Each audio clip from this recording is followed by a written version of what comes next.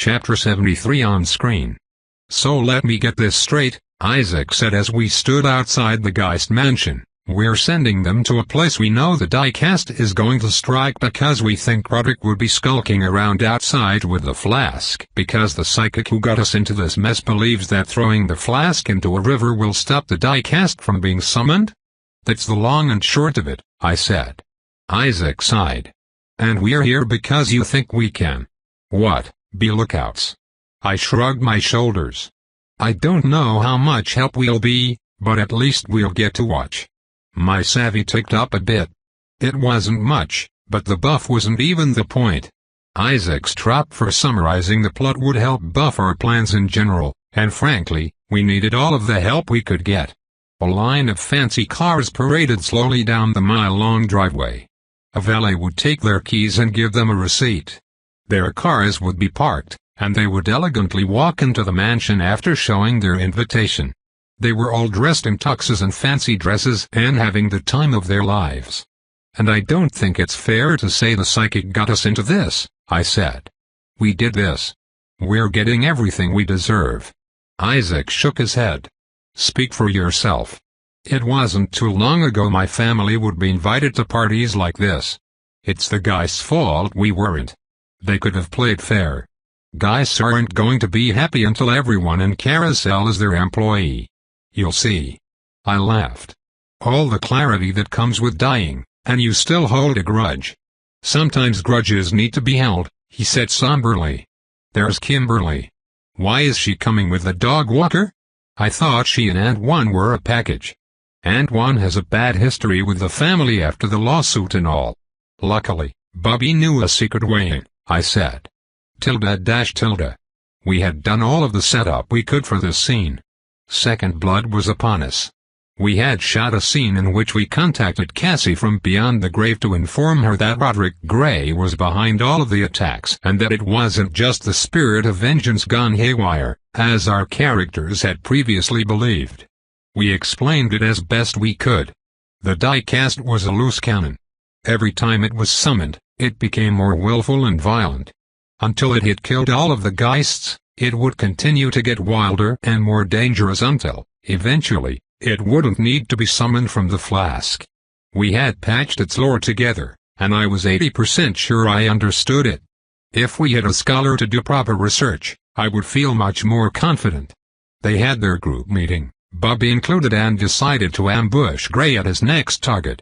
Bobby had done some decent improv to explain that he knew there were secret passages in and out of the mansion. Apparently, one of the Geist granddaughters would use one of them to come visit the horses late at night, as rich horse girls do, and he knew where to find it. Given that he was a Geist employee, that sounded like a clever explanation for how we knew about the passage from the pauper's grave to inside the Geist mansion. We didn't have a great reason for Bobby to be in our group, per se, but we were not shooting for a perfect run. He helped because he was a nice guy who might be in danger. Now, we stood outside the party that we knew would end in disaster. You know, Isaac said. It probably is weird for Bobby to be arriving with Kimberly, given that he works for the Geists. They'll think it awfully low class. If they want to look down on him, they'll look down on him. The reasons are just pretense, I said. I jumped as I stared in through the window and saw a face I recognized, though it had not looked like this the last time I had seen it in person. Lillian Geist was walking down the stairs like an angel descending from the heavens. She really was pretty. As I stared at her, I recognized something in her that I usually only saw in the mirror, a profound loneliness. She hid it behind a smile and sparkly makeup of some kind, but it was there. If we couldn't save Carlisle, then we certainly couldn't save Lillian. Getting to the true ending was the goal. Heroics were for other genres. Just thinking of Carlisle filled me with a dark guilt. It wasn't my fault. It wasn't my script. Why did I feel guilty? She had such a crush on me, Isaac said, following my gaze. You know, back when I had money and power and standing. I should have married her then, and I would still be alive today. I'd be wearing a tux and drinking one of those blue drinks. He looked into the window longingly. He was doing his best to act like his character, but he was having difficulty not laughing at the ridiculousness of it all. His character was a punching bag, so he might as well lean into it by acting like a tool. "You thinking you would have taken her last name?" I asked. "I hear they pay men to change their last name to Geist when they enter the family. Some go for it." "If that's what it took," he said. I laughed. "Never change, pal, never change." You didn't need the red wallpaper to sort the NPCs from the Geists. It was easy. The Geists were the happy ones. Some NPCs knew what was coming, and those that look like when you walk into a room and forget why you're there. We were off-screen, so we walked through the walls of the mansion and took in the ambience. Kimberly had a huge crowd around her.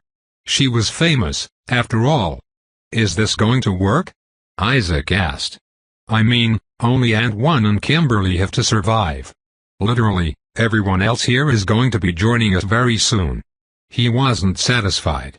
Being a ghost might have helped dull his sense of impending doom, but it certainly didn't eliminate it. "You know there's something strange about these guys," I said. "Just one thing?" he asked. "The spouses," I said. "I thought all of the spouses were going to be NPCs, but look at Benson's wife." I pointed to the shrew-faced woman standing next to Benson.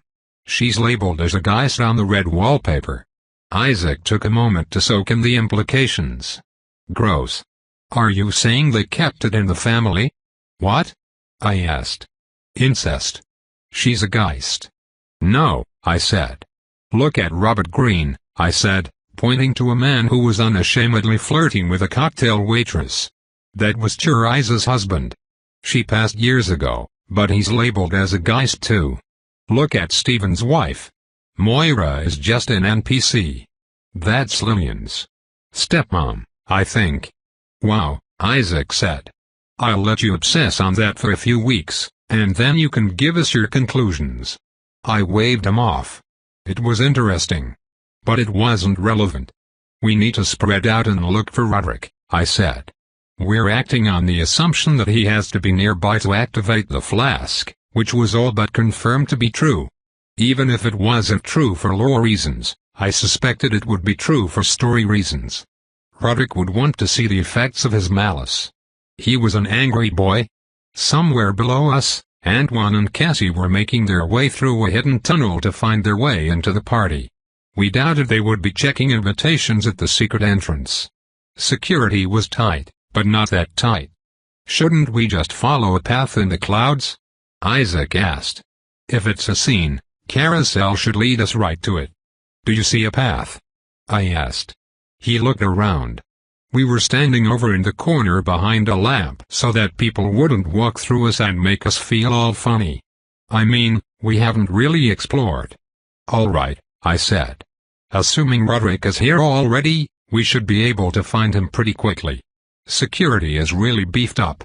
I doubt he found a way inside, but still, it wouldn't hurt to check. Go find the caterers and see if he snuck in with them. I'm taking a lap around the perimeter. Meet back here in 10 minutes or if anything strange happens." "Gotcha," he said. And he headed out. The odds were in my favor here. Dying had its advantages. In fact, it had more than I had ever realized. My effective plot armor was full. I had not noticed this effect before in the couple of times I had died and gotten to stick around because of off-screen death. I just hadn't thought to look. Now, as a disembodied spirit, staring at the red wallpaper was one of my only forms of entertainment. So I had noticed.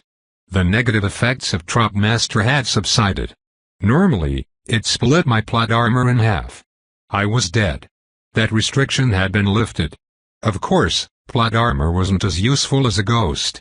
The diecast wasn't going to target me anyway. High Pennsylvania still had one advantage, however. It made the plot come to you.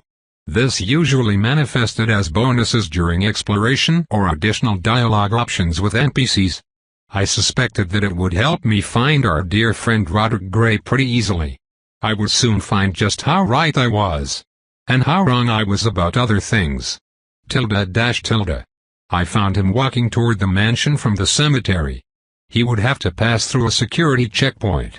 He was dressed well, too well. There was no way he had an invitation. His entire political platform had been a thinly veiled attack on the Geist family. Why would they invite him? Yet, he wore a tux which was only marginally more fancy than the clothes he normally wore. I saw an invitation sticking out of his pocket. I followed him in disbelief.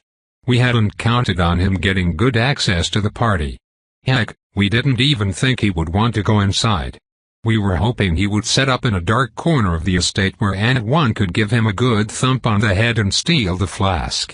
This complicated things. I followed him as he made his way to the entrance of the mansion. He was allowed to pass through the various checkpoints simply by flashing his invitation.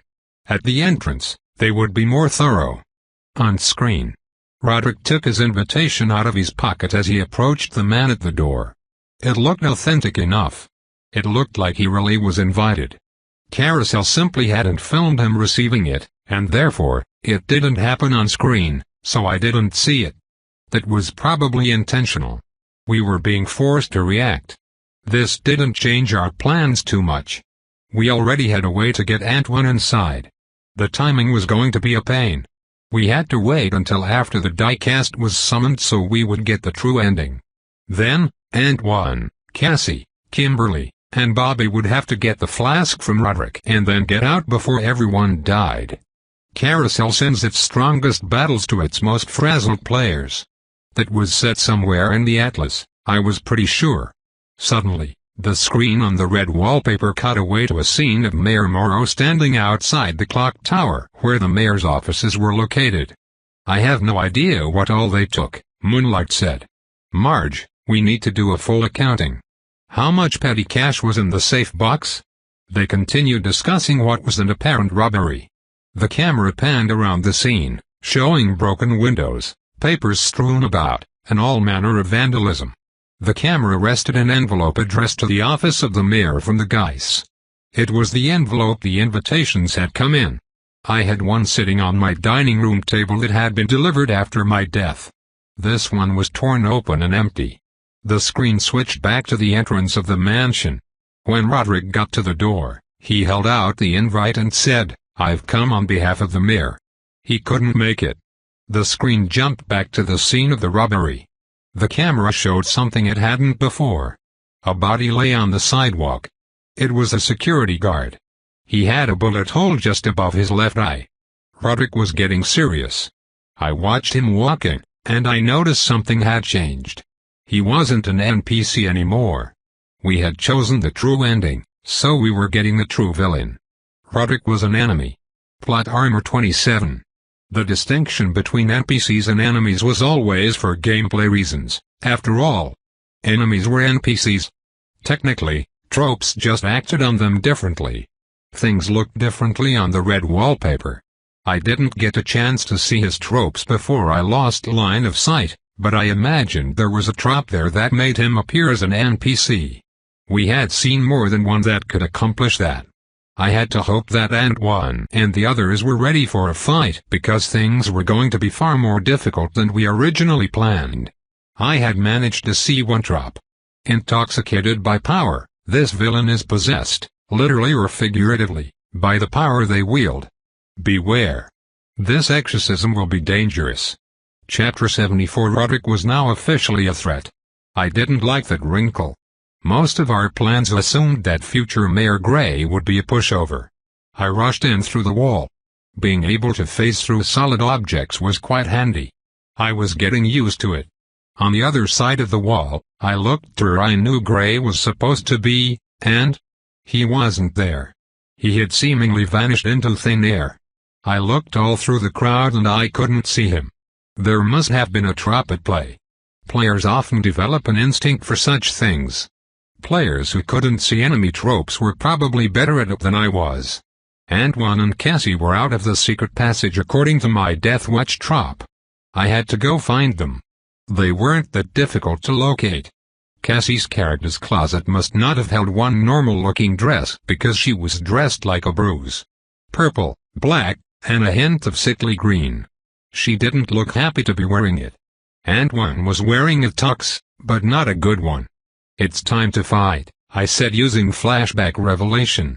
Antoine immediately perked up. The die-cast? He asked quickly. He looked from side to side until he found where I was when my poster appeared on the red wallpaper.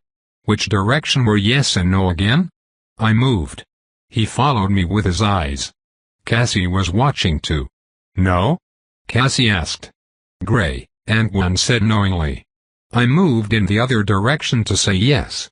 Lead us to him, Antoine said. Unfortunately, I couldn't do that. I had lost him. I moved again to say no. Why not? Cassie asked. Oh, right. We need to look for him? Yes, I said. They must have looked like fools watching me walk from side to side like that. Luckily, we were all off-screen. We'll get Kimberly and Bobby, Antoine said. You find Gray so you can show us the way. Sounded like a plan. I ran past Antoine and Cassie, through the hallway where the hidden entrance to the secret passage was, and into the kitchens where Isaac walked aimlessly. What was he doing? He had a job. And then I saw it. Someone or something stood directly behind Isaac. It was so close that I could barely see the outline of his silhouette. Not now. Please not now. Isaac started laughing. It's been a while, he said. But it wasn't just Isaac's voice. I heard another person chuckling, someone with an electric, sarcastic crackle. Strinder Blake, I said mostly out of shock at the sudden realization. I had tried my best not to think about him ever since he fouled up the 10-second game at the beginning of the tutorial. I was just in the neighborhood, Strinder made Isaac say. I read ahead on that little script in my head. There will be some wonderful additions to my collection in this story. I was suddenly very aware of how vulnerable I was at that moment. Strinder collected spirits. The last time we met, I was flesh and blood. This time, I was a ghost. From what I had seen, he could simply sew me into his menagerie without a second thought. There was no way Carousel would let that cretin get in our way. I looked closely. There was a good sign. Isaac's spirit was not sewn to the writhing mass that was Strinder Blake. He was held there by threads, but his ghostly form had not been grafted onto the spectral Frankenstein as far as I could tell. Let him go, I said. We have things to do. I don't have time for this. Even as a ghost, I could feel the fear rising up inside me. If he attacked me, I would be relying on Carousel and its all-powerful script to save myself and Isaac. Fortunately, there was no need. With a sickening sound like the rending of flesh, the little black threads that wound over Isaac retracted. He fell forward, but I still didn't get a good view of what Strinder actually looked like because another ghost replaced Isaac in an instant. It was the same drowned woman that Strinder had been so fond of before. Just having fun, she said with Strinder's actual voice in the back. I'm supposed to be here. My abilities are useful. It would seem the spirit of vengeance, as it's called here, is a pain to Carousel. I'm only here to help out. Great, I said. So now you're friends with Carousel. That makes sense, you two have so much in common. You're one to talk, Strinder said, water dripping to the floor from his puppet's face. I could feel I had hit a sensitive spot. There were NPCs in the room. It was a kitchen during a party after all. If they could see the dripping ghost, they didn't show it. She was a different kind of ghost from mere Isaac. In the last story, she was visible. Her tropes had not changed. I wasn't sure how that all worked. What do you mean? I asked. Strinder got closer to me. My dead heart beat faster than it had ever done before. Carousel sent me to control the spirit of vengeance a little while ago. To make it mind its manners. Apparently, it doesn't like doing anything unless it gets to kill someone at the end of it, a sentiment I can understand. That didn't work for Carousel, so it had me take the big bad over and take it on a walk. A walk, to watch you shave. I thought it odd. He started to laugh. Seemed like a joke between friends to me, he said. Carousel had deviated from the true script just to mess with me back before First Blood.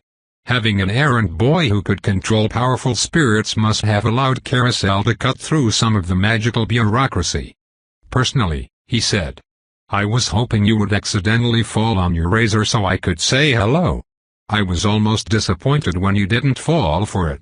I see you managed to die all the same though. The whole time we talked, Roderick Gray never showed up on the screen on the red wallpaper. That meant he hadn't been on screen. We have work to do, I said. If all you wanted to do was say hello, then, we'll be leaving. Just as well, he said. I was going to tell her that wretched man was, but I suppose you don't need my help. I paused. Roderick Gray? You know where he is? It was a big mansion. I needed all the help I could get. You should know too, he said. He laughed maniacally.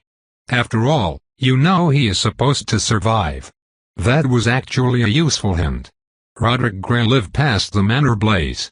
Now that we knew he was in the building, then we could conclude that he was somewhere in the house that wasn't destroyed, a place where he would be safe from the fire. Thanks, I said out of instinct. I turned to Isaac. Come on. In Carousel, you take help where you get it. Where are we going? Isaac asked frantically. Strander's treatment had rattled him something fierce. The main hall is in ruins after the fire. We saw pictures of the manor after the fire, remember? I asked. Even without access to the library, there was plenty of information about the blaze. It was one of the most famous events in Carousel history. Pictures of the caved-in floor near the entrance were very popular. One of the wings gets smoked out. A bunch of guys die in another. The upstairs is a death trap. And the last wing is practically untouched. Oh, Isaac said. Which wing? I shrugged my shoulders. I'm guessing whichever one people aren't in. We searched each one until we found a wing that was closed off to the public. Giant doors blocked anyone from entering. That didn't stop Isaac and I, of course. We searched the large, empty rooms of the wing until we found him. Roderick Gray with an evil smile on his face. I looked at his tropes. Roderick Gray. Plot armor, 27. Line of underscores. Tropes. Intoxicated by power. This villain is possessed, literally or figuratively, by the power they wield. Beware. This exorcism will be dangerous. Buffs physical saving rolls. Debuffs moxie and savvy saving rolls. Hidden in plain sight. This villain cannot be attacked on screen until it attacks the player or is otherwise identified as hostile. Attacking it will not be effective, nor will it change the story. It will cause the player to go off screen for a time. Weasel. This villain cannot be killed while escaping. Mirror match. This villain's stats will match up with their opponent's corresponding stat. Grit metal, savvy, moxie, hustle. Face in a crowd. This villain can slip away unnoticed when entering a group of people. The Descent. Every evil act drives this villain further from redemption but makes them more powerful narratively. Just as I did, he dropped a match into the flask. Smoke rose out of it quickly, just as it had before when we did the original ritual. The difference was that this time, I was a ghost, and I could see that the smoke was not really just smoke. As it emerged, I hoped it was some kind of smoke monster. That, at least, would be easier to look at. What came out was a man, or at least something vaguely shaped like a man. It looked like burnt meat.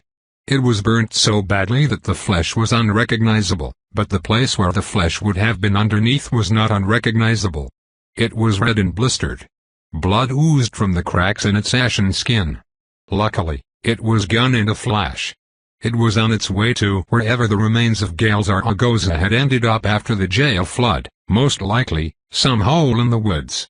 Before long, I could see the pop of the diecast. It wasn't far away. We didn't have much time. Find the others, I said. Lead them here. I can't talk to them, Isaac said.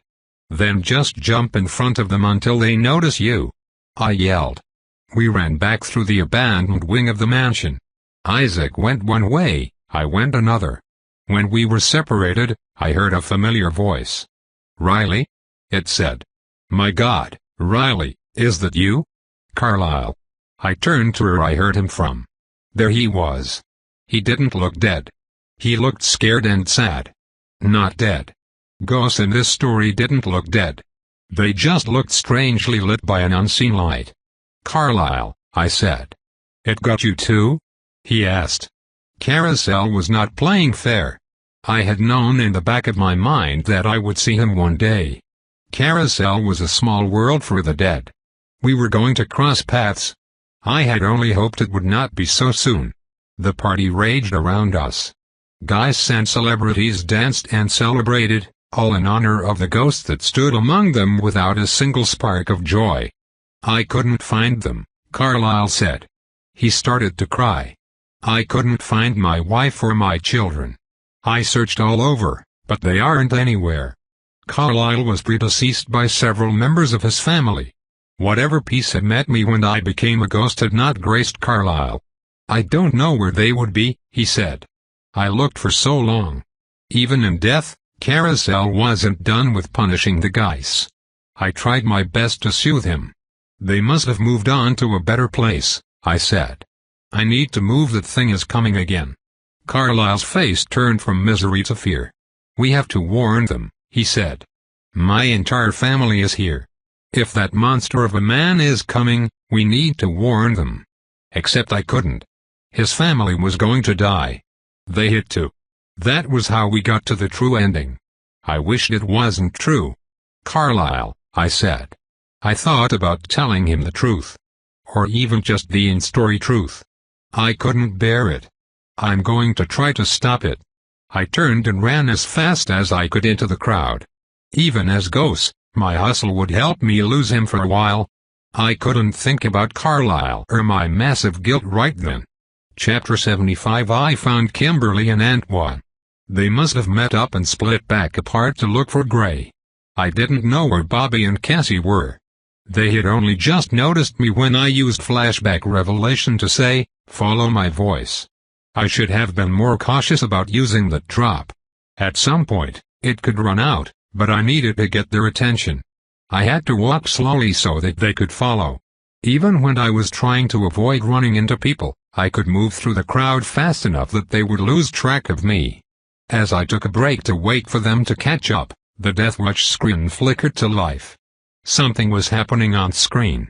It was a bit of a montage, actually. The mansion had a large garage filled with expensive cars. No surprise there. Two NPCs, young men, were working on a town car, one of the vehicles that had been dropped off by a geist from what I could tell. One of them took a nozzle from a fuel pump in a carport outside the garage and dragged a long hose toward the town car. The hose was attached to a large suspender arm above that would help it reach without dragging on the ground. Fancy stuff. He took the fuel cap off of the car, and right before he started to fuel it, the other NPC swatted it out of his hands, putting pressure on the suspender arm and causing something to snap, though I couldn't see what. "Don't use that, you idiot," the second NPC said. "That's practically jet fuel." "It's the other one." The NPC had grabbed the wrong type of fuel. "Sorry," the first NPC said. He went to return the nozzle to the fuel pump, but the suspension arm was stuck. He pulled on it and tugged on it to no avail. He couldn't guide it back over to the pump. Embarrassed and in a hurry, he gingerly placed the nozzle on the ground and ran back to grab the other nozzle and hose to fill up the car. The hose he had just tugged on started to leak, unseen by the workers. It poured into a seam in the garage's concrete and moved downhill toward the mansion. "It's happening," I said, forgetting that no one could hear me. I used flashback revelation to say, "It's coming." Antoine and Kimberly stopped being polite and began forcing their way through the crowd. The screen jumped to another scene. Again, two NPCs. These were making out in one of the upstairs rooms, based on the camera shot through a window. "What do they have all of these candles for?" the woman said, taking a drag from her cigarette. The room was filled with candles, mostly in boxes and unused, but also spread out fashionably. "They are goddamn devil worshippers," the man said. "They have a huge candle budget because of their rituals or whatever. Let's be quick, I have to get back to the party. My absence will be noticed." The woman sighed, put out her cigarette on a cardboard box, and threw it into a crack between two boxes.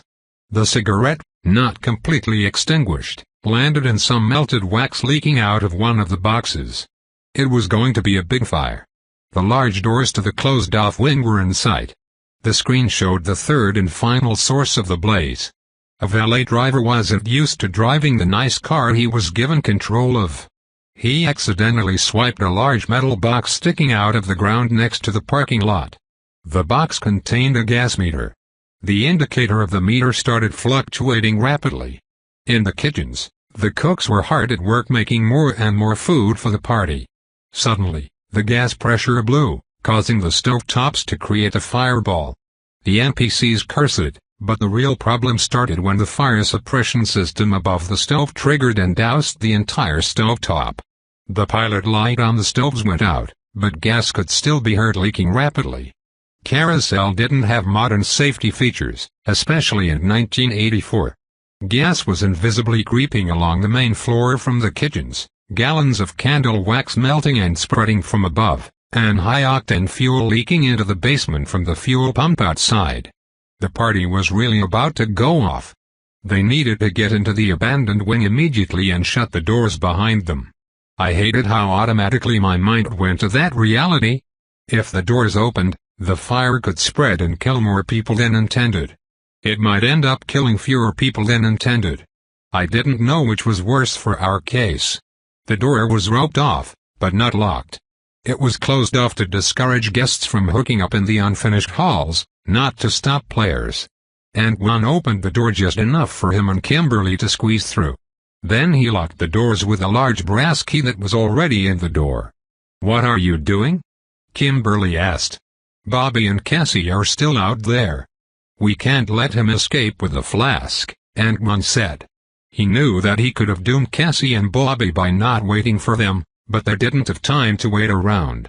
His eyes flashed over to where I was. "It's all up to you now," I said with flashback revelation. Then, I ran back through the doors to try and warn Bobby and Cassie. As I did, I saw the pop of the diecast. He was just outside. He was here, and everyone I could see was about to die. I needed to warn Cassie and Bobby, then get back to help Antoine and Kimberly. I had seen Grey's enemy tropes. There was nothing too dangerous. Mirror match would make him hard to beat, but not a threat. I had to hope I hadn't overlooked something. Luckily, it didn't take long for me to find them. Knowing they couldn't get through the locked door, I immediately used the flashback revelation trap to tell them, "Follow my voice." Cassie heard me, and I led them back toward the front door as I used Death Watch to watch the disaster about to happen. The fire was about to break out. "We need to go outside," Bobby asked. "Good, Bobby. You had better run," I said using my trap. Bobby didn't hear it, because he wasn't around when I originally said it, but Cassie did. She grabbed his arm and pulled him toward the exit. Not fast enough. I couldn't tell what happened where. All I knew was that the entire floor was at once covered in fire. The drapes were burning. Everything was burning. Luckily, Bobby and Cassie were near the door when the stampede started. Unfortunately, Bobby didn't have a mean bone in his body. When a little old lady was pushed up against a large piano on her way to the exit, Bobby stopped to help her. It was instinct, I'm sure. He reached out an arm to try to scoop her forward. He was immediately punished for it. What might have been a narrow escape stopped being an escape at all. Bobby was lifted off his feet as the floor 10 feet in front of him burst open in a fireball of splinters. The fuel that had leaked into the basement had ignited. He wasn't the worst off. While he definitely got some splinters, he wasn't near the actual blast. The people that were became debris. Those close by were burned beyond human recognition. Bobby was okay. He could have stood up and left. He was in bad shape, but it was survivable. Except, of course, for the fact that he was right below the room with the candles. A tin ceiling tile, one of the fancy antique kind, came loose right above him. It hadn't fallen on its own. Something I was sure only I could see had helped it. It was a flaky, crusty, soot-covered hand. The hand was connected to something at the back of the mansion by a tendril of flesh and elbow joints. It was the spirit of vengeance and its little hands of bad luck. A flood of molten wax poured down on Bobby from where the tile had been. Cassie screamed from outside the doors. People panicked. They fell into the hole. They tripped on each other. Before long, many abandoned trying to leave through the front door because of the explosion and molten wax and started venturing elsewhere for sanctuary. I saw dozens of smoky, flaky, bloody hands wreaking havoc, causing bad luck wherever they went. The screams would never leave my mind. The mansion was ablaze. People were dying before they could even reach fresh air. Bodies piled up near the exit, crushed by the weight of the crowd. I thought I was ready for it. I was not. Bobby didn't die quickly, I'm sad to say. He made it outside after Cassie pulled him out, one of the few who did. Like them, though, he didn't make it much further than that. Cassie shrieked as she realized just how injured he was. "I can help," she said, crying, "I can help, I can help." I tried telling her not to, that it was too late, but she tried anyway. She started sharing his pain.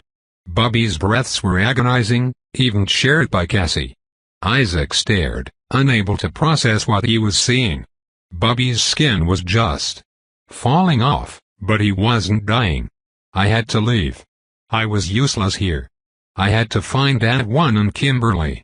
That was what I would do. That was all I could do. Out of the frying pan and into the fire. Gray was evenly matched with Aunt One. Of course, he was. He had a trap for just that. Mirror match made any fight, whether a battle of the brain or brawn, a tie. There was hope though. There was a puzzle, that, if solved, could help you beat him. His intoxicated by power trap buffed his physical stat saving throws and debuffed his others. That meant that, even though it was a tie, the tiebreaker in the fight would go to him more times than not. He would eventually win. But if the fight wasn't just an all-out brawl, if it was a battle of Savvy or Moxie, it worked the other way. They had found Gray and were fighting him, trying to get the flask.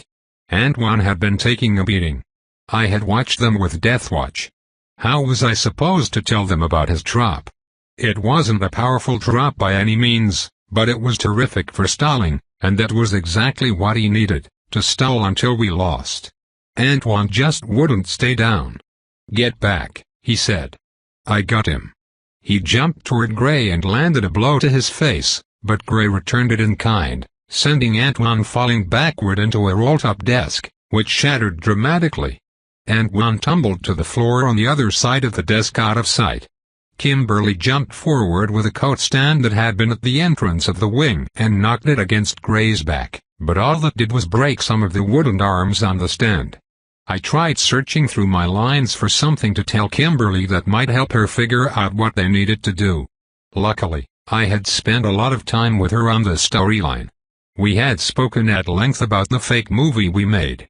I just needed to figure out the right line and fast. As Gray grabbed the coat stand and managed to throw it, along with Kimberly, across the room, I had an idea. I saw his mirror match trap activate.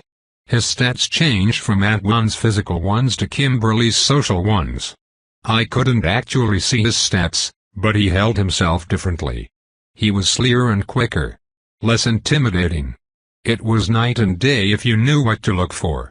I settled on something I had told Kimberly during filming to get her in the right mindset. "You'll never beat him at his game," I said. "You need to make your own game.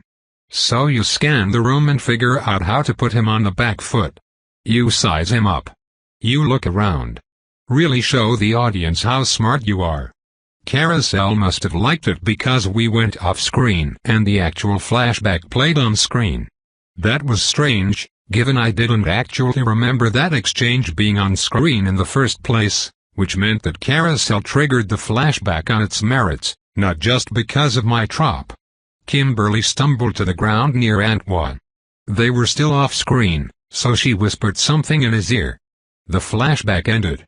We didn't go back on screen immediately.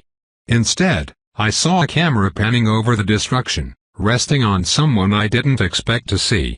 Lillian Geist. She was burned and coughing. The problem was that she was out in the main hall, not in the secret passage where she was supposed to be. That meant she was going to die from smoke inhalation. We needed her to survive. After all this, we were about to lose anyway. Chapter 76. Lillian was supposed to be in the secret passage, injured but not dying. If she succumbed to the smoke or if the die-cast injured her further, Dr. Halley would not transform her into a monster, and, to my understanding, we would not get the true ending of the storyline. I could do nothing for her. I was a ghost. I looked around. The air was thick with smoke. I ran outside right through the wall. I needed someone, any of the living players, to help. There was only one left. Cassie. Bobby was still alive, but not exactly living. I spotted her. She was lying on the ground, coughing, in pain from sharing Bobby's injuries. Her skin was bright red, but she was alive. On the red wallpaper, she was fine, with an occasional touch of incapacitation. Isaac was speechless by her side. "Follow my voice," I said using flashback revelation. She stopped coughing immediately. She looked around, hazily, until she saw me on the red wallpaper. "Hello?" she asked. I saw that while she was on screen, I was not. To the audience, this would look like a psychic episode. "Follow my voice," I said again. She climbed to her feet. It was a struggle, either from residual pain from her anguish ability or she was just acting. I led her to the door. "No," she said. "I can't." I understood. Smoke was pouring out the doorway. It was so thick that people inside couldn't even find the exit. Bodies piled up near the door. She would have to step over some to get back inside. "It's all up to you now," I said. I had said that a lot. "Don't make her go inside," Isaac said. "Please." "We don't have a choice," I said. Terror lit up Cassie's face. Going inside an inferno without a good explanation, without help from anyone but a disembodied spirit. This wasn't just a game. Not in that moment. It was a true nightmare. The fire roared from within. The structure strained. It was buckling from the heat. Cassie stepped over one of the bodies of a Geist who had almost made it through the door if she had not been pinned down by a large lectern that had been placed near the door. Cassie took a deep breath and walked inside. As soon as she was past the initial pile of bodies, she dropped to the floor and crawled, blindly, following nothing but the direction the red wallpaper showed her. I led her across the main hall to where Lillian was.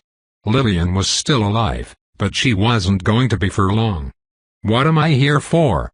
Cassie cried, coughing and spitting up. I stood in front of Lillian. It took her a moment to notice. "Oh no," she said. She knew what to do. She grabbed the prone Lillian and started to drag her. It was difficult staying below the smoke, and even that did not afford her good air, just less hot ash. She dragged and pulled Lillian across the ground. It felt like it was taking ages. Just before she made it to the hallway with the secret passage, one of the die-cast flaky, fleshy, bloody arms lurked its way toward a bookshelf that was leaning precariously.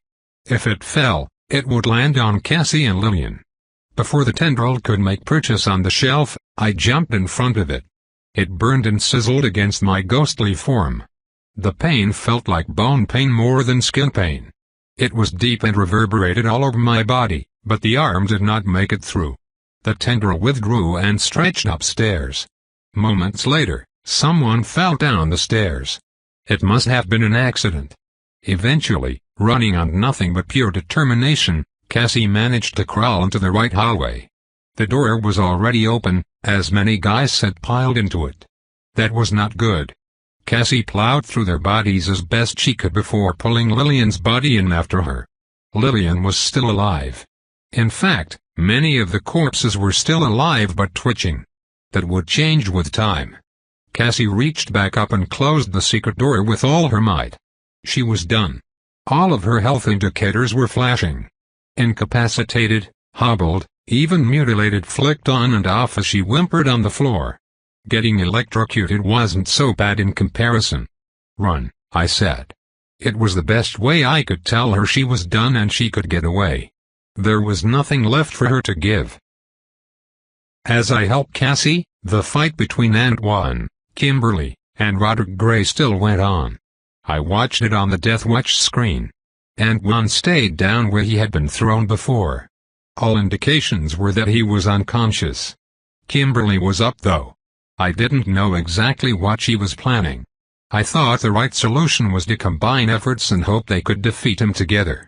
If they could find a way that made sense, like pushing a large piece of furniture on him together, that might allow victory. The rules for how stats stacked together were hard to predict on the fly, and Carousel had some Byzantine formula the vets barely understood. Still, they could try it. But somehow, I had underestimated Kimberly. Her social awareness drop, which usually just served to help her in the party phase as she evaluated Moxie and analyzed social relationships, had a use case in this fight. She had seen his Moxie change when his drop activated. I was sure of it. Whether she knew exactly what happened or not I couldn't have said, but it was clear she recognized a change. Maybe she saw the adjustment in the way he held himself. Either way, my message had helped her. "You have to give me the flask," she said. A tear fell from her eye. "People are getting hurt. So many have died. You can stop everything. I know you don't want to be remembered as a monster." She backed down the corridor away from Antoine. Roderick was incensed. He followed her, never losing eye contact. "I won't be remembered as a monster because I will get rid of everyone who knows that I am," he said. Intoxicated by power indeed. He was practically giddy. "You'll know," Kimberly said, angling her body to the left, sidestepping. "How will you live with yourself?" "I'll remember it fondly," he said. That's the story of Carousel, after all. People wanting something and being willing to do anything to get it. What I am doing is no different. Kimberly backed her way into a small alcove with a narrow entrance. "Please," she said. "Just let me go. I won't tell anyone." Gray started to laugh. "That's how it always is. People doubt you. Then they fight you. In the end, though, people recognize your power. That's all that matters. Whether you're a Geist or some other killer. Everyone eventually respects power. I've always known that, and that is why I will win. Unfortunately, you aren't as good of an actress as you seem to think. I know a lie when I hear." Just as Gray stepped into the alcove, Antoine appeared behind him and grabbed his head. He slammed it into the stone column that made up the entrance. Against Antoine, Gray had been a perfect mirror match. 7 grit, 7 metal. It was an impasse. Against Kimberly, his grit was only 3 to match her metal. If Gray had only taken a moment to look at Antoine, Kimberly's high moxie might have let him know Antoine was faking being knocked out. If he had been able to let go of his pride, if he wasn't intoxicated by power, he might have known Kimberly was leading him into a trap. Their moxie tie went in Kimberly's favor. She couldn't have done a better job if I was able to tell her what to do. She was giving Antoine an opening. Unfortunately for Gray, as he scrambled to try to stand, it was too late. Antoine grabbed the flask from within his coat pocket. As a roar echoed throughout the mansion, it was apparent the diecast had noticed. "We need to get in there and protect them," I said. Isaac was focused on watching his sister crawl away down the secret passage. "Isaac," I said. "Right," he answered. We took off and got to Antoine and Kimberly just as they were throwing a chair through a window to escape the manor. "Where are we going?" Kimberly asked. She already knew. This was for the audience. "North," Antoine said. "There's a river to the north." Cassie had given the lore info that the flask was weak to water, which we had learned from Moonlight Morrow. Everything was set up. We just needed to execute. Then Antoine started to run. Unfortunately, the diecast was just around the corner in the direction they were running. He had a woman in his hands. She had escaped the fire. He unescaped her by throwing her right back inside through a window. The diecast looked different in person now that I could see the spirit that controlled him. Those same tendril hands used to create bad luck also puppeted the large body of Gale Zaragoza around. More hands shot off in every direction. Antoine and Kimberly couldn't see it. I was considering telling them to run, but that was unnecessary. Antoine took off. Kimberly was right behind him. He left her in the dust. I told Kimberly to hide using flashback revelation. We didn't need her anymore. All she could do was get injured. This was a race. Ant 1 was the best one of us for it. She turned off the path and wound back around the mansion. The diecast continued following Ant 1. I followed him too. Luckily, I was faster than the enemy. As Ant 1 broke out of the long driveway of the Geist Manor, a fleshy tendril crept out toward a car that was driving on the street outside the wrought iron fence that surrounded the Geist property. It was going to make the car hit Ant 1 somehow. Not on my watch. I jumped into the ashy arm and wrangled it. The maneuver was effective. The limb never hit its mark. The tendril dried up into a mess of charcoal and blood. From the die-cast ropes, I knew it could appear ahead of us once we changed filming locations. We had changed locations several times, so that was a real risk. It didn't move until we got to the river, and we ran through a public waterside park. It was there waiting for us. Ant 1 had the flask tucked under his arm like a football player would. The die-cast was directly in our way. There was no way we were getting past it. I knew that because its burnt, fleshy arms were ready to give Ant 1 the bad luck required to stop him. Ant 1 was none the wiser. He saw only the physical die-cast. He was going right for it. Maybe he planned to juke, to dodge, to evade, I didn't know. What I knew was that I had to do something. Normally, I wasn't much use in a fight, but this time, I was a ghost. Ghost strength scales off moxie. And I had plenty of that. I also had 1 point more muscle than Ant 1. I ran as fast as I could. I ran past Ant 1, right through him, actually. Follow my voice, I said one last time. Ant 1 listened.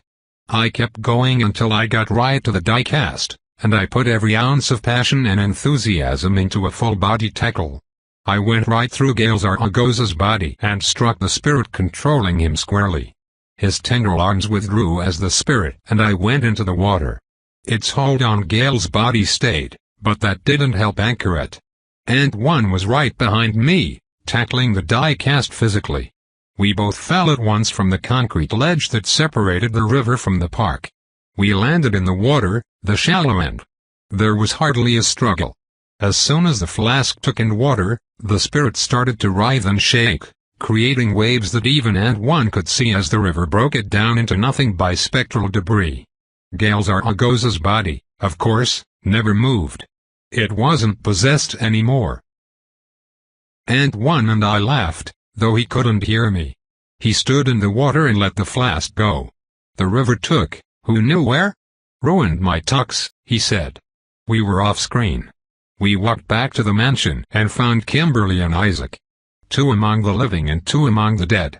We walked together. Screams echoed from within the mansion still, but they were not the screams of the living. I doubted Kimberly and Ant 1 could hear them properly. One wing of the mansion had collapsed, granting a view inside. A stolen glance at the carnage within told me that not all who died in this story became pristine ghosts. Some became fiery wraiths, which were like skeletons that floated ablaze in the basement of the mansion. They were classed as NPCs, remarkably. There was probably a reason for that, but I didn't want to think about it at the time. I saw the dripping woman that Strinder Blake often used as his face. She walked through the house, absorbed the fiery wraith into a massive black thread, and turned to give me a smile. Second Blood was over. The finale had just begun. Chapter 77 Report. When we arrived back at the mansion, I expected to find Bobby's ghost. He was fatally injured. Surely, he would join us on the other side soon. He had to have burns to much of his body and was missing chunks of skin. But he lingered. His grit, I noticed, was through the roof. I couldn't figure out why until I realized what had happened. Cassie had done it. After he was injured, Cassie had accidentally activated her empathic shield ability when she showed such genuine concern for him. Then, when she used the anguish to share his pain, it must have doubled up. It was a great combo to use before someone was fatally injured. She used it afterward. She buffed his grit by 5 points. Luckily, that meant he didn't feel much pain. Unluckily, it meant he was taking forever to die. I had been there. Pain-free injuries still took their toll. My brain struggled to understand what was going on in some deep, primal way. How do we help him? Kimberly asked tearfully. Antoine shook his head. Bobby twitched and gurgled. I don't think we can. If memory served, Arthur had a trap just for that.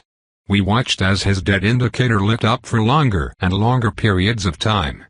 Cassie still needs help, Isaac said, cutting through the silence. He was right. She was severely injured, too. She had breathed in a lot of smoke. Her grit was still very low. That made her anguish drop stronger, which meant she was going to have a fairly realistic reaction to the damage. No movie magic would protect her. I got Antoine and Kimberly to follow me to the entrance to the secret passage. We found Cassie there, awake but coughing and ill. Are we supposed to bring her to the hospital? Antoine asked. It seemed obvious that she needed medical attention, but Carousel's hospital system had some major shortcomings. They opted to bring her anyway. Isaac and I didn't get to follow. The white, glowing fog stopped us like a brick wall. It was just us ghosts again. How are you doing, Isaac? I asked. He was stone-faced for a while but then said, I never thought I would be caught dead wearing a shirt like this. He flipped the large wing collar of his shirt and smirked. If he wanted to crack jokes and power through, I wasn't going to stop him. We found Bobby sitting with his knees in his chest next to his body. He had a peaceful yet distant look on his face. Bad break there, I said. Bad break, he repeated. After a bit of silence, he added, why does Carousel bother to keep us alive once we're useless? It's telling a story. Did it keep me alive just to watch me squirm? I wasn't even on screen most of the time. I explained my theory about Cassie buffing his grit to him. He nodded. That makes sense. Don't tell her I said anything. No use making her feel bad. He looked around. I guess the others survived. Cassie is injured, but I don't know how bad. And the diecast? He asked. The script wasn't clear. I nodded in the direction of the river. Flask drowned. Gale Zaragoz's body is in the river, too. Antoine couldn't haul him out. The body was just too heavy, the stream too strong. He tried having an emotional moment with his old friend's body, but Carousel didn't go for it. Bobby nodded. With nothing else to spend our time doing, Isaac and I sat next to Bobby right there at the entrance to the burnt-out mansion. NPC firemen and EMTs ran this way and that. News crews showed up to report on the carnage. Ghosts of guys and friends wandered aimlessly. They mourned their deaths in their own ways. Bobby's body was taken away. I watched for Carlisle, but I didn't see him. I didn't want to see him. When he died, I remembered thinking that at least I wouldn't have to face him about my character's betrayal. Now, I feared that confrontation. Would Carousel let me explain that I was just acting under duress? Would he understand? I had to let go of the thought. The three of us didn't talk to each other that much. There was peace in the silence. Even the ghosts that walked by us crying did so silently. Silent as the grave, the saying goes. We were in the finale and appeared to be heading toward the true ending. Project Rewind was working. The secrets of this universe of pain were never closer to being revealed than they were right at that moment. Yet, I didn't want to focus on that. I didn't want to dwell on any of it. I had not had the opportunity to just sit silently and think about nothing in a very long time. The thoughts that ran through my mind every moment since we arrived at Carousel raced no longer. I didn't even notice when all signs of life left the area, when the smoke stopped rising from the heap. I didn't notice time passing. It may not have. Carousel had enough control over us to dupe our perception of everything. The peace was long and unbroken until Bobby said, 8 years later. He was reading off the script. Oh Lord, I said. Where are the ambulances? Isaac said. They were just here. I took a few moments to take in our surroundings again. We got taken off the board, I said. Carousel set everything up for the finale. I knew it was going to happen, but I had not noticed it when it did. My dogs. Bobby said. Oh no, I forgot about my dogs. Bobby, I said. I left them back at the farm, he said. Oh God, 8 years. Bobby, I said. It hasn't been 8 years. I know it feels like it, but that's just Carousel. It's probably been 30 minutes for all we know. Whatever stillness had moved over him from dying had left. Bobby, it's okay, I said. He was up on his feet and pacing. I meant to go check on them, he said. I didn't mean to leave them alone. What if it was a test and I failed? What if I died because I left them alone? Maybe Carousel punished me? Bobby, the anxious ghost, turned to me and said, I have to go find the dogs. Just to check on them. I restrained myself from rolling my eyes. Not very well. Bobby, they are NPCs. They are not normal dogs. They do not need you. When the story ends, they'll be right there waiting for you, tails a-wagging. Bobby was having none of it. You can just talk yourself out of caring about anything, can't you? He said. He was muttering to himself. I can't. I can't do that. I can't talk myself out of looking everywhere for. I need to care about the people I love, like actively caring about them. I can't put that out of my mind just because it's convenient. You are all weird, all of you. Just let it go. If we let everything go, what's the point? Death had a way of making you rethink your life. Bobby had faced his life and came to much the same conclusions he had when he was living. There he was. This was the Bobby who almost got his whole team killed looking for his wife. I was just going to let him blow off steam. He turned to leave, but the bright, white fog didn't let him go. No path opened up for him. I'm just going to take a look, he said. Carousel didn't budge. Bobby paced and circled to no avail. I might have said more, but as soon as Bobby saw 8 years later on the script, I saw it on the red wallpaper using Deathwatch. Bobby, quit, I said. Something's happening. He didn't exactly quit, but I stopped paying attention to him. What's going on? Isaac asked. I started to laugh as the scene unfolded in my mind. Carousel was being cute again. I was sure of it. I saw Dyer's Lake. I saw Camp Dyer again for the first time in a long time. I saw those creepy little girls who had harassed me so much back when we lived in Dyer's Lodge. A group of them were walking along the lakeside poking things with sticks and teasing their overweight friend. Then, one of them spotted something. What's that? She pointed to a muddy object that was bobbing in the water. It's got silver on it, one of them said. Indeed, it did. As they walked closer and examined the object, one brave one reached out and picked it up. The camera did not yet show what it was. It's filthy, she said. She plunged it into the water and brushed away some of the mud. It was the flask. She popped it open and poured out the water from within. Little bits of burned debris flowed out. The scene ended.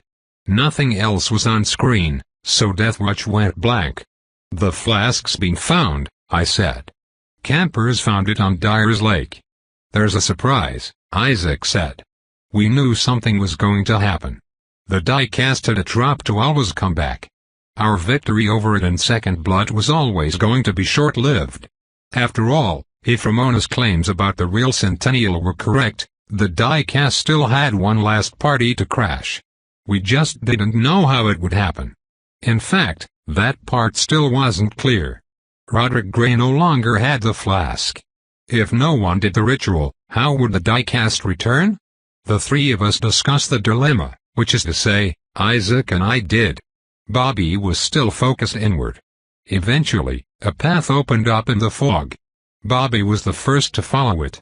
Isaac and I hurried after him. It's going in the wrong direction, Bobby said after a while. It's going north.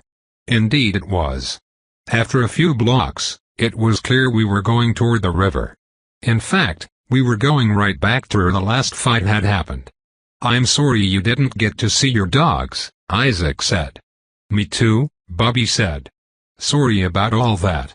I just wasn't built to be alone. Sure enough, we approached the river right where Gail's body had been left.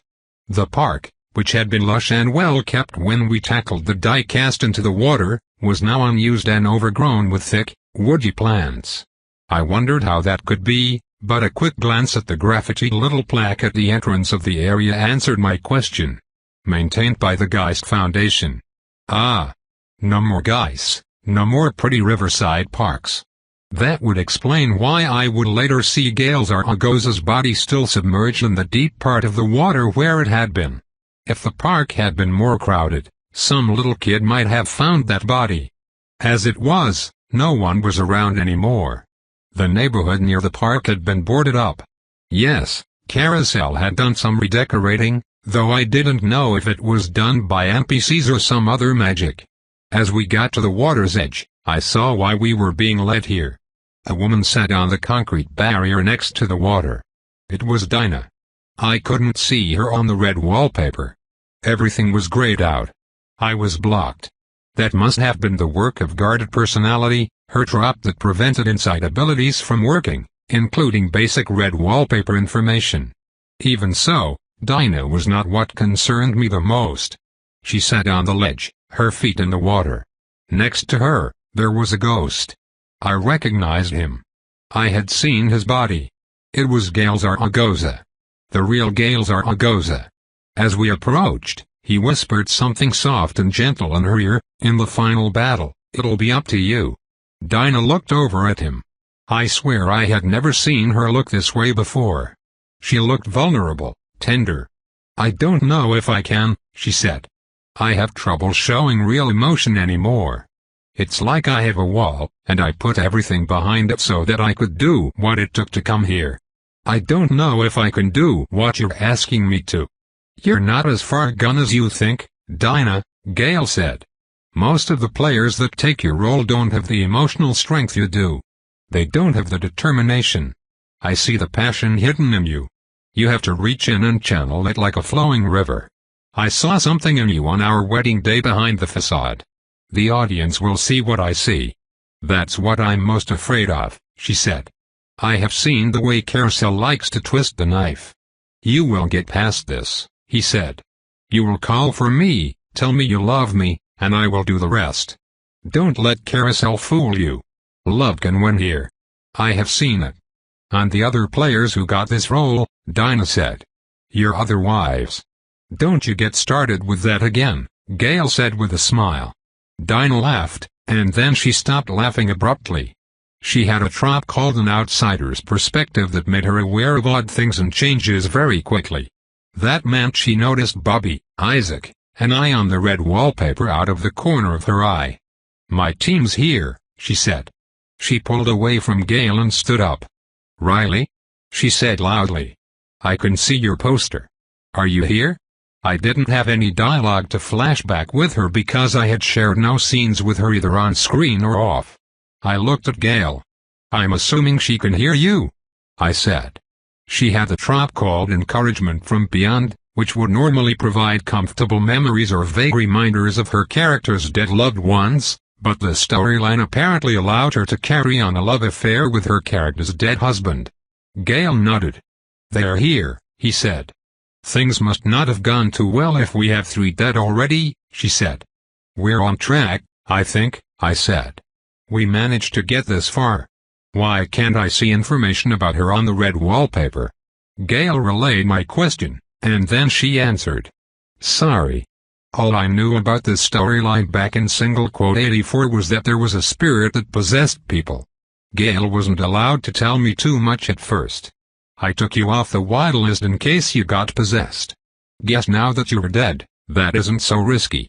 Instantly, I could see her poster again. I could also see the casting director entry for her. Dinah Zaragoza Cano, the grieving wife of Gale Zaragoza, who tried to run away from her sorrows until a mysterious message from beyond led her to fight for love one last time. "So that's where you've been," I said.